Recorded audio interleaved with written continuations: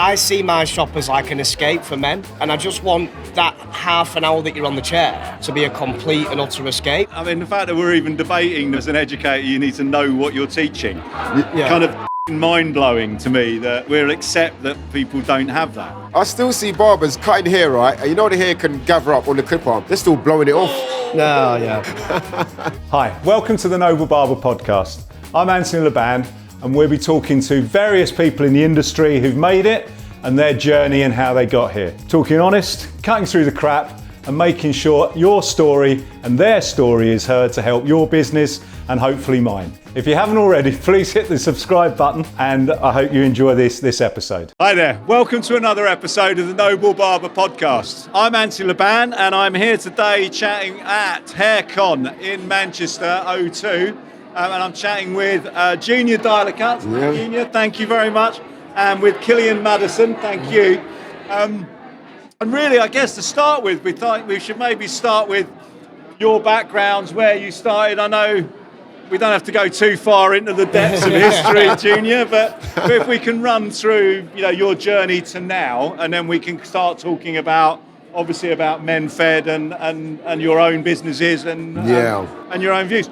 So, how long? What you've been up to? What was your entrance into the industry? I mean, I started in 2014. I started in Manchester at a place called City Gent, and then I sort of slingshotted in. I went from there to working at Savills, which was just a complete... with Joff? Yeah, with Joff, yeah. So, went from just working at Standard Barbers, thinking that was what the job was, to then working at Savills and being like... So, I did that, and then I was there for 12 months, and then I moved back to Oldham. But I think because I'd worked at such a high level at Savills and I'd learned my trade and craft that well there, I didn't want to move back and just go back to an ordinary shop. So, I got in with Danny, and then I worked with Danny for 4 years. In that time, I won the HJ Men's Barber of the Year 2017. We collaborated when we was working together, and we had a mobile pop-up shop at Formula One. So we've always got on really well working then, and then I moved in 2020 and opened my own thing. Won the 2020 Wall Barber of the Year, but the sort of funny thing was, all the stuff that sort of when I used to work at Danny's and he used to sort of tell me off about, I'd end up finding myself ringing him when I'd left his shop and just whinging to him about like what was going on, because then when I'm working for him, I'm like, don't really see the reality of being a boss suddenly kicks in. Yeah, like it's such a big difference from going to managing a shop, because you're not understanding the pressures of it. No, I think as the owner, there's this cliff edge, isn't yeah, it? you still just get to go home at the end of the day. Yeah. You put your clippers on and you go home, and that's that. And I think that a lot of staff don't sort of understand that. And then I definitely didn't understand that. No. So, yeah. And Junior, come on, I mean, let's brace through it a little bit sharpish. Yeah. We all know you, but what was your entrance in? Wow, my entrance was a young lad at 15 years old, 1989. Beautiful. A very good year. Yeah, a very, very great year for me. Working with no half guards, no trimmers, no social media, no business cards, everything all word of mouth. And fortunate enough to work with all the guys that were the age of my grandparents. So I was taught traditional barbering the way it was supposed to be done. We had no disposable razors. We had to use our limestone and our leather belt. So I'm coming from that era. Yeah. Okay. And now, if we get to this point today, you guys are both here and have just come off stage with Men Fed. Yeah, MH Fed, Yeah. Second? The elite MH team. Fed, sorry. Yeah, and the elite team. We're part of the elite team. And this is the elite team. So, do you want to tell me a little bit, or tell us a little bit about the elite? I mean, it was more you cutting on stage, really. I just introduced the model, really, but it was nice to be sort of involved. So the elite team, I've been working with Adam Soul and Aaron. Thank you so much for having me on board. And I've been working with them for about over a year now. I've done quite a few look and learns within their academy, and we just basically do a lot of education and teaching people the way we do things and how we approach hair within the hair industry. I mean, that team up there that we were just watching, you had yourselves, you had Danny up there, Danny Robinson, you had Des. you had Des Yes. Murray doing really, and all doing very different work. Wes Jones is up there, Phil Jarman. I mean, it really is the proper kind of cream of the crop up there, but all producing very different work. Yeah, completely. I mean, you looked through it, the cohesiveness was the fact that you're all top of your game. The work was so varied, it was amazing.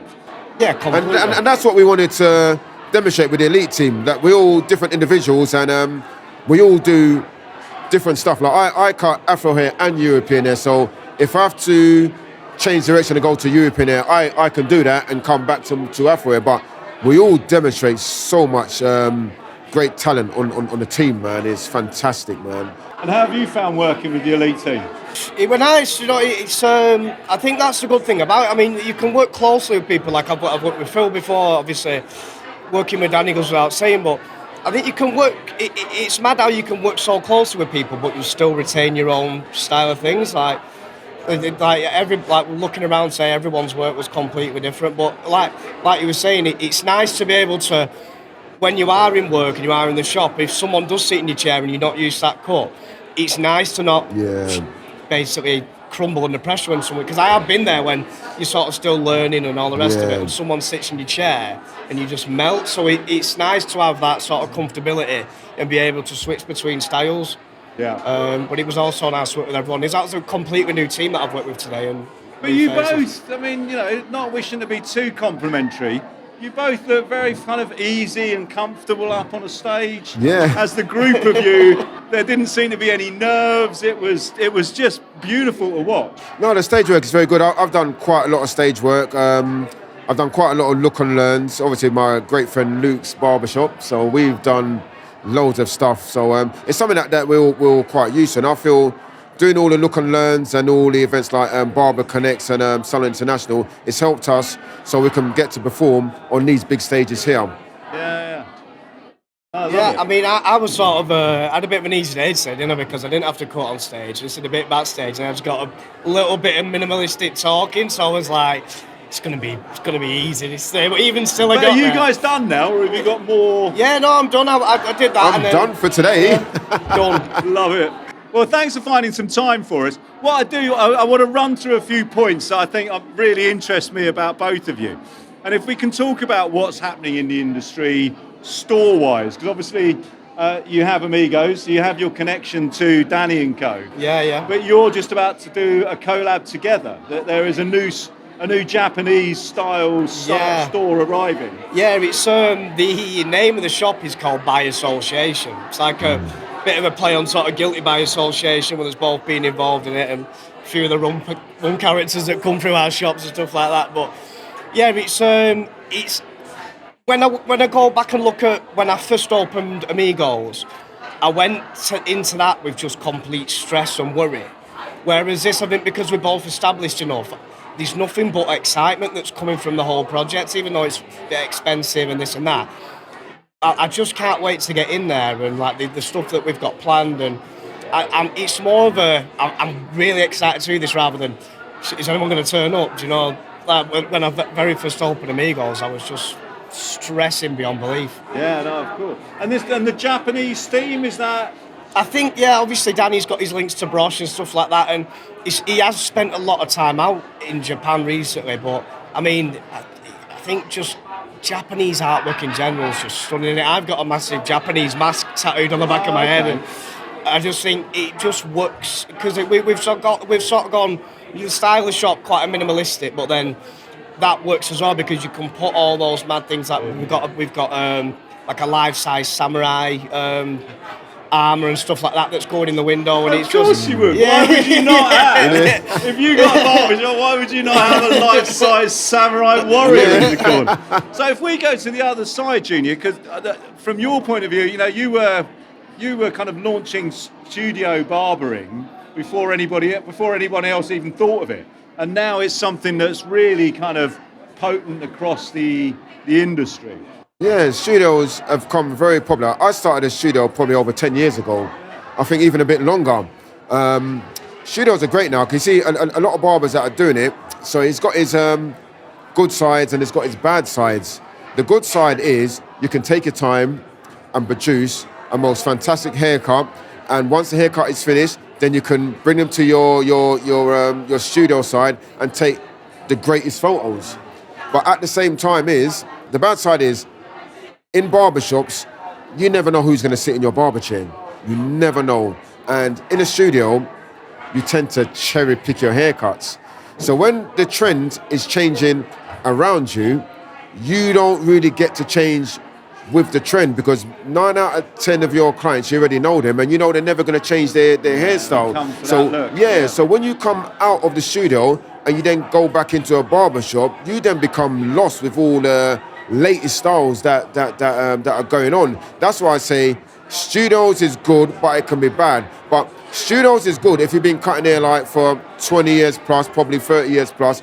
But what I'm seeing now is a lot of new barbers coming out of training school and going into a studio because they're looking at the aspect of, well, I want to keep all the profit for myself rather than lose the whole aspect of gaining more experience. And this is what I always say to the young ones coming through. Get the experience first and everything will follow later.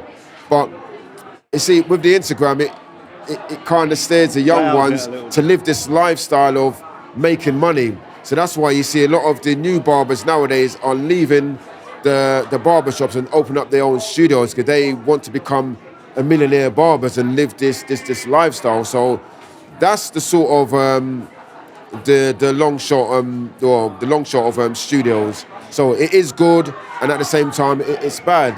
Yeah. But I mean, both of you have worked in some proper mental shops. Yeah. And from my point of view, I still, I'm probably one of the few people who's been cutting hair longer than you, Junior. But the buzz of working in a busy store, looking down a row of chairs, the kind of bars and the light. Yeah. That's such a huge part of the barbering experience for the barber. Well, this is what this is what the new barbers are missing out on, right?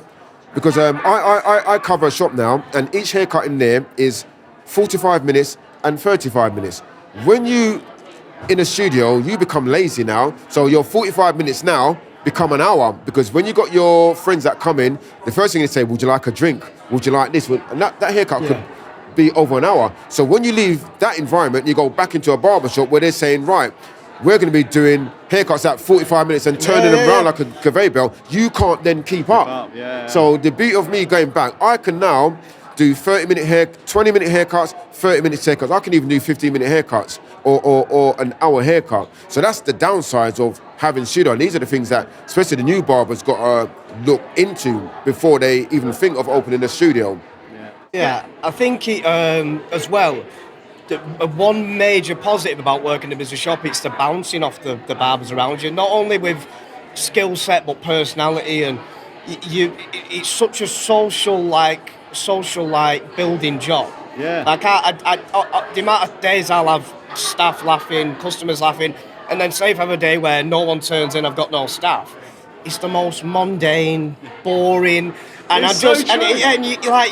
you can hold a lot more conversation, but the atmosphere's not there. Like, there's one thing I can proudly say about my shop is it is an experience. When you go in there on a Friday night, there's a pub 2 doors down, and it's just, you're free to go in and get a beer, and you'll have a laugh, and it's a lot. But as well, when you work with someone who's sort of at the same level or better than you, it wants to make you better, or you like. One of my barbers, we're constantly in competition with each other every day, whether it's who can go to the gym as many times in a week, who can do the many haircuts, who can do a faster haircut. And I think that's one of the best things about the job. I think a major negative about a studio, like you say, is it's good to have one-on-one. For a very sort of personal and professional experience, it's a major in that way. But in terms of just going in and, like, I see my shop as like an escape for men. Like, especially with the mental health thing, because I've always been quite open with mine. I've suffered with it for years.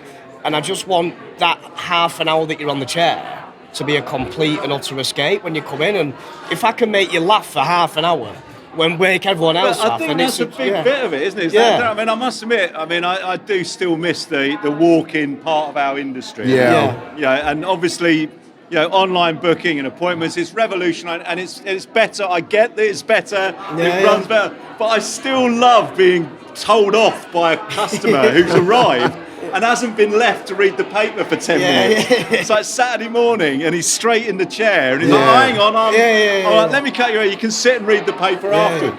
And I think, looking at the conversation that used to happen in the queue and people sitting around chatting, it's that communication and that connection to people that the barbershop, for me, is always about. I'll tell you something, right? So to cut you, the walking days, right?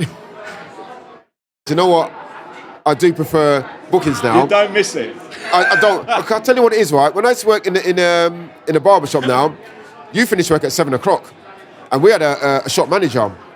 So we're thinking, wow, we're going to finish at 7 o'clock. So 10 to 7, 5 people walk in, and the rule is, if you're in the shop before 7, you have to have your hair cut. So you see all the barbers trying to slow down, some trying to speed up, some say, oh, I'm just going to use the lavatory. Yeah, when I worked at Savills, it was still a walk-in barbers, and it was, at the time, it must have been one That of... spectacular bench sitting down the Yeah, middle. it must have been one of, if not the biggest shop in the country when I was there. And I'd get there some Saturday mornings if I'd had a few beers on Friday night. And people would queue round the block to get into Savills. Wow. And I'd get there and I'd be like, shit. But there's one thing that was one of the major learning experiences of my job was working there. And I used to work with a guy called Jamie Dunning who actually now does Saturdays in Amigos now to help me out. But he was a massive influence on me. But getting your speed up in those shops, it's such a major benefit. And then when you go to appointments, you're prepared. Then if I've got half an hour to do this one, I can do that. And then it's sometimes you sort of, I think you get to know your customers. And I could have a fully booked Friday where I've got 20 people in. And I'll think, right, his hair tech's 15 minutes, his hair tech's 15 minutes. I can slot someone in the middle of that and run over. Whereas walk-ins, you're just completely on your toes all day, aren't you? I don't miss walk-ins, but I do. love if you work walk-ins and you can't help but drop yourself in the shit at regular points. You can't help it. Go on, I'll slot you in. You have a seat, you'll be all right. I don't miss it, but I am very grateful that I did work in a very busy shop. Do you know what? Massively. You actually do more haircuts when you do walk-ins. Yeah. And when I used to hate lunchtime. Everyone be watching you eating lunch, breathing down your neck. Can you hurry up? Listen, we need a break. Well, let's move back into we've done the three of us old boys chatting about the good old days. I'm 32. You're talking before about 1989. I was born in 93. How does he look that well? I was born in 93. But these lovely reminiscences, and sadly there are so many people listening to this that have never worked under the walk-in. We're now 5-6 years really of the kind of check and track and trace and the birth of appointments for us. So it misses an awful lot of people. The one thing that seems to be right at the forefront in the industry at the moment are these kind of collabs, the collaborations, and working with industry associates. And obviously you're about to embark on the kind of ultimate collab with you and Danny, which I'm so excited to see. I really hope we get up and we're there at the launch of your Samurai Warrior. But I mean, the pros and the cons of collab. I mean, you've had more collabs than I've had hats, mate. I've had so much collaborations. I can name a few. Menspire, Barber, Luke's Barbershop. The list goes on. Like, collabs, very, very good to do collabs. Getting exposure from collab is very great. The only downside, I would say, and HD Cuts. I've done a collab with him just recently. The only downside I can say with collaborations, you're not the choice maker, the decision maker. The actual person that's asked you to do the collab is the decision maker. And I think that's the only downside. And sometimes they may not share your vision because you might want to go this way, they want to go that way. Whose way is right? Your way or their way? You're never going to know because they're both to be tried and tested. So I think that is the downside of collaboration. And when you do collaborations, like with myself, I had to lose my brand to do a collaboration. And what do? Do you lose your brand, or what do you do in that scenario? One scenario, I sort of left my brand completely, wearing other people's branding to try and help them, and that didn't work out.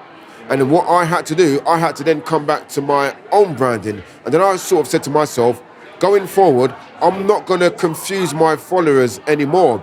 And there was another person that I collabed with, I'm not going to say who they are, but they wanted me to sort of change my name and sort of speak like them. And I was like, do you know what? This is something that I can't do. Because if people follow you for who you are, be true to yourself.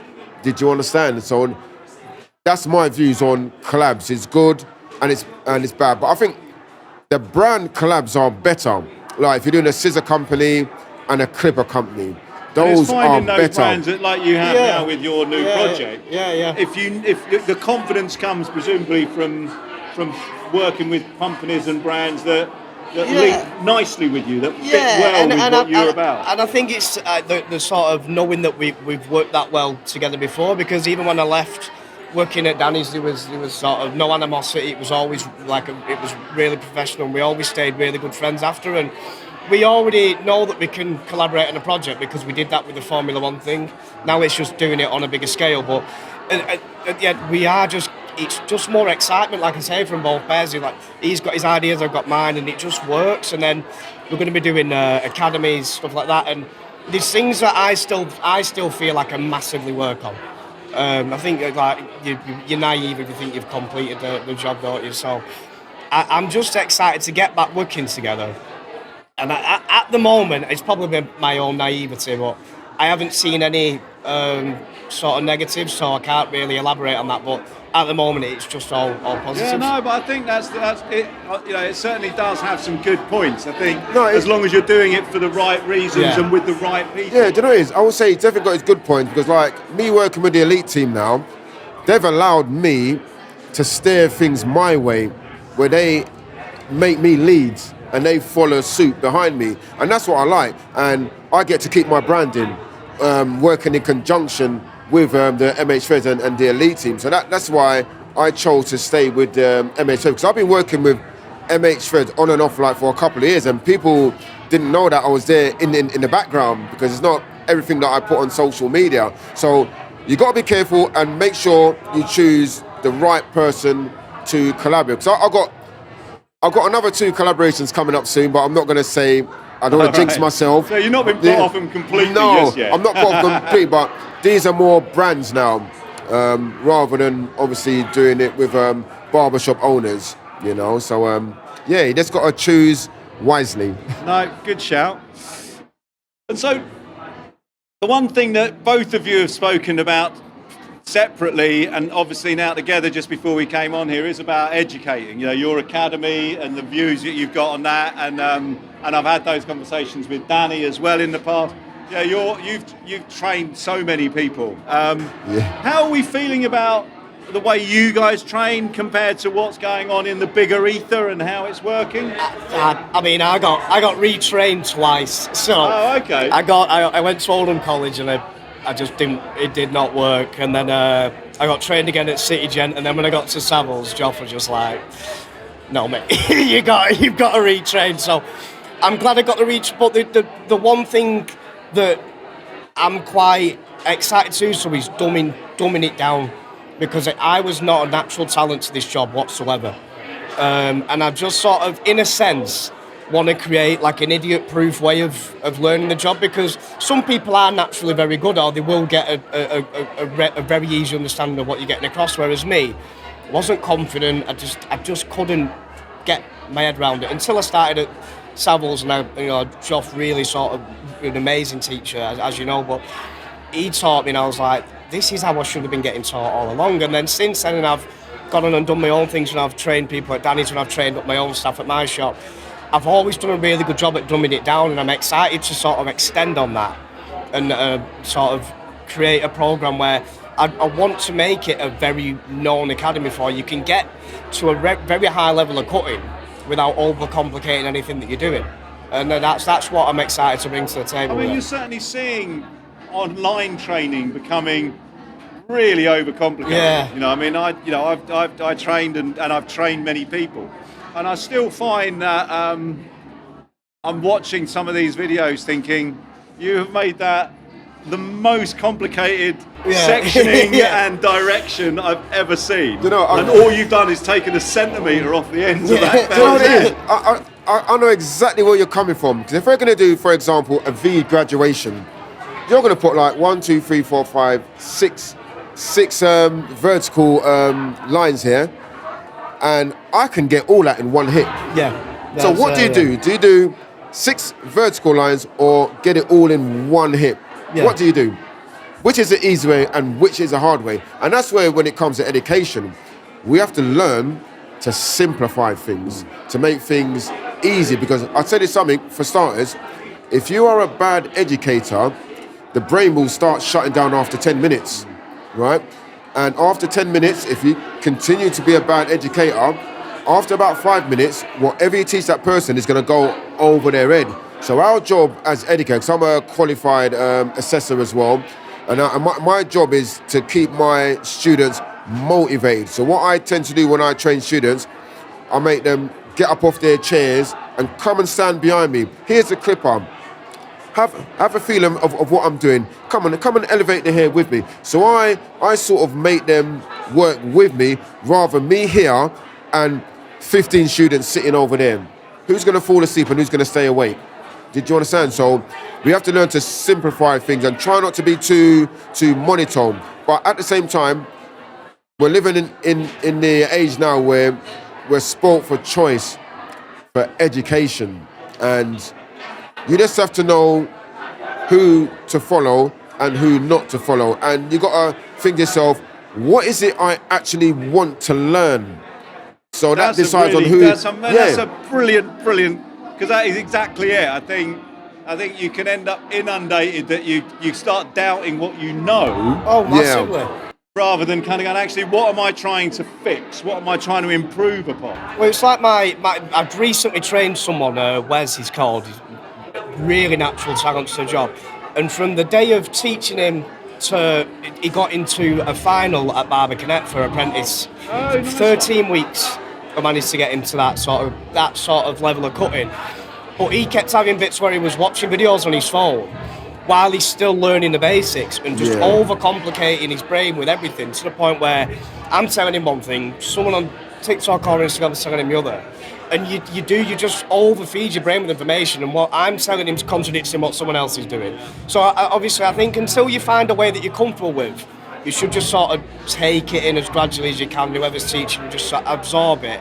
And then when you get comfortable with what you're doing, then start to try and advance it. The problem is, right, with education, and this is where a lot of newcomers get it wrong. When you're building a house, what's the first thing you build? It's a foundation. That's correct. And then everything else comes on top of that. So you get, like, for example, a new student come out of London School of Barbering. What you're supposed to do when you come out of places like London School of Barbering, you're supposed to go into the shops, right? Make all your mistakes, because you learn from your mistakes and that makes you become better. But what these students tend to do is come out of London School of Barbering and they go to Vidal Sassoon. And when they go to Vidal Sassoon, they say, right, this is what I can do now. And then from here, I'm going to start training people as well.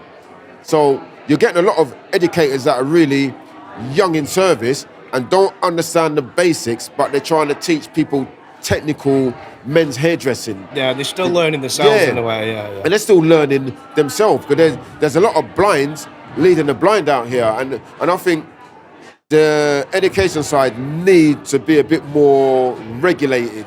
Because if you look on a lot of these Instagram, everyone's an educator.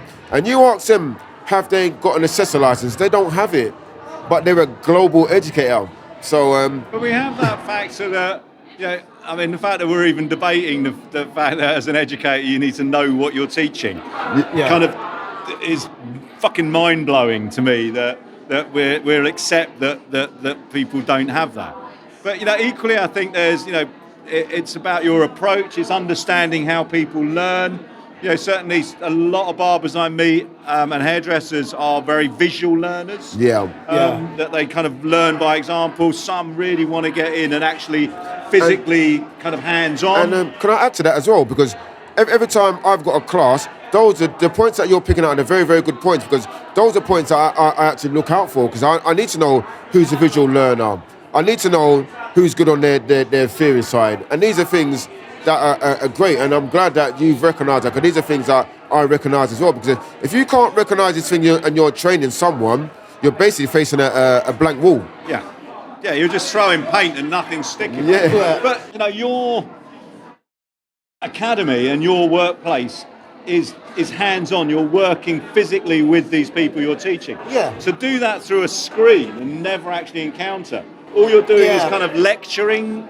This is the way I teach. I think, it's got its major pros and cons, but I think just hands-on is the best way to learn anyway. I think if you're, like I said before, if you already got a sense of what you're doing and you already know how to cut, then watching videos, it is really informal for you. But if you actually don't know what you're doing, you don't know head shape, you don't know different hair textures or how someone's going to sit, you need to be in front of that head and doing it there and then.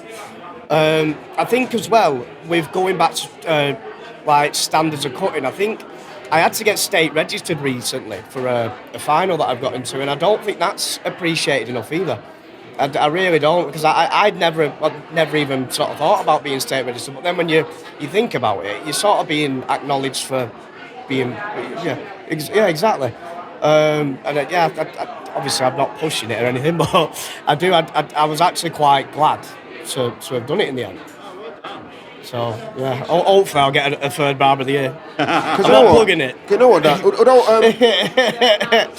would add to you as well. Although hands-on is good, right? At the same time, when it comes to education, we need to learn the theory side as well, because you get a lot of new students coming in, they don't understand barber side and how to actually use it, And these are things that we actually need to know, because do you know you're supposed to have two of everything, 2 combs, 2 sets of guards. As soon as one drops, you're supposed to tat off, dust the hair clippings off before you put it into the barber side jar, and that takes 10 minutes to work. And also, when you finish a haircut, you're supposed to spray your clipper down 10 minutes before you finish your haircut, because all these things take a minimum of 10 minutes to work. Hey, I mean, the amount of barbers I've seen in action that will use a foil but only have one head. And you kind of go, well, hang on, you can't clean it. You physically, if you're using that. The thing with the foil as well, it removes a layer of skin every time you do it. So you need to before and after using it, you have got to and do you know what, with the foils, you've got to spray everything down. When you buy foils from Superdrugs, you're not allowed to bring them back, and that's for a reason. No, but that's exactly it. And I think there's so many bits that to be fair to us, you learn from being on the job. I'd drop a comb, pick it up, and back in my old day, I'd suddenly feel a comb being thrown at me, and it had to go in the barber side. It had to be sterilised, get a fresh comb. But these are things as well that you wouldn't ever pick up being in a studio. Because you won't. And you fall into bad habits as well. I think it'd be very easy to fall into some bad habits, whereas if you've got a group of people sat there, you've dropped your comb on the floor and you look about, you're like... Yeah. But not wanting to bring COVID back into the conversation, but directly after COVID, you couldn't walk past a barber's or a hairdresser's without seeing the "I'm Barberside trained" sticker. You know what I mean? No, but seriously, you couldn't. Yeah. And I really would, I really would love Barberside to push that harder again. Yeah, they do. Because it wasn't just about COVID and coughing on your kit and not wearing a mask. It was about general hygiene, that your equipment, your brushes, your combs, your foil need to be sterilised. Yeah. Oh, it's not cross-contamination, isn't it? But every time it is. And if you hadn't had a problem, you have just been very, very lucky, because there's a problem coming. I still see barbers cutting hair, right? And the hair can gather up on the clip-on. They're still blowing it off. No, yeah. Yeah, it feels wrong. But I think this is where it comes back to education being, the fundamental skills like kind of, looking after everything, and all the way through the actual skill, the soft skills, the working, right the way through to then actually starting to run a business. Yeah. And what we're finding now is that you'll meet 17-year-old, 18-year-olds who have done all of that since leaving school. That they've qualified, that they've trained, that they've opened a studio, they're working behind a chair, they're running their own business. But they've not had the 37, we're going to go with 11. 9, 10, 11. Well, I'll go 11. I don't want to upset you again, mate. I didn't mean that at all. Over the old boys that got me involved. But that breadth of knowledge is not you sitting down reading a book. It is that day to day. If you hadn't encountered, I don't know, Joss, the way you work would have been different. If you and Danny hadn't worked together, your approach would have been different. The work people you work with, Luke and co, huge impacts in the way you approach your work. And it's only from working with different environments, different people that you find yourself. Yes. And where you want to be and how you want to be. And I just think, I don't know, I do worry that although everything's very accessible, you can get a bit overwhelmed by the whole thing. Rather than, and the students being forced to cherry pick. When I was a student, it was like, you're learning this. Yeah. And then when you finish learning this, you're free to go and learn something else. And I think that's a difficult I think shout. cherry picking is very dangerous for the industry because you never know what situation you're going to be in. Like an event like this, for example, you could have your model and your model don't turn up. What are you going to do? So cherry picking can really damage you as an individual. And I also feel some of these new barbers, right, they need to be on the account side and the business side of barbering as well. Because when it comes to doing your tax records, a lot of them don't know how to do it. How much do you put down a week? They say you're supposed to put down an average of 25% of your weekly allowance down, ready for your tax record. And they've made things so much easier now. You can pay your tax through HMRC weekly now and pay as much as you like. And then at the end of the year, that will keep your tax down low. That will be contributing to your tax every week. So these are things that we actually especially need to teach the new ones. And pensions. They don't have any pensions or anything. And I can tell you for a fact, I know many barbers that are about to leave this industry with nothing. Absolutely nothing. You go onto any of the online, the amount of barbershops that are trying to sell. Yeah. And no one's selling them for retirement money. These things are selling for kind of 30, maybe 30, that are on for 30, 35. Whether they're selling, whole different ballgame. Guys, we could just keep talking and talking. Always lovely to talk with one of the old boys. Always nice to talk to a youngster. Guys, thank you so much for your time. You're I most really welcome. appreciate it. Have Cheers a great rest of your time here at HairCon. Yeah. We've been the Noble Barber. Thanks very much. All right, thank you all, man. Welcome to the Noble Barber Podcast. We're always looking for interesting people and interesting stories. If you know someone or you are someone with a great story that you want to share, get in touch and come join me on the sofa. Thanks very much for listening. I hope you've enjoyed the episode and we'll see you next time.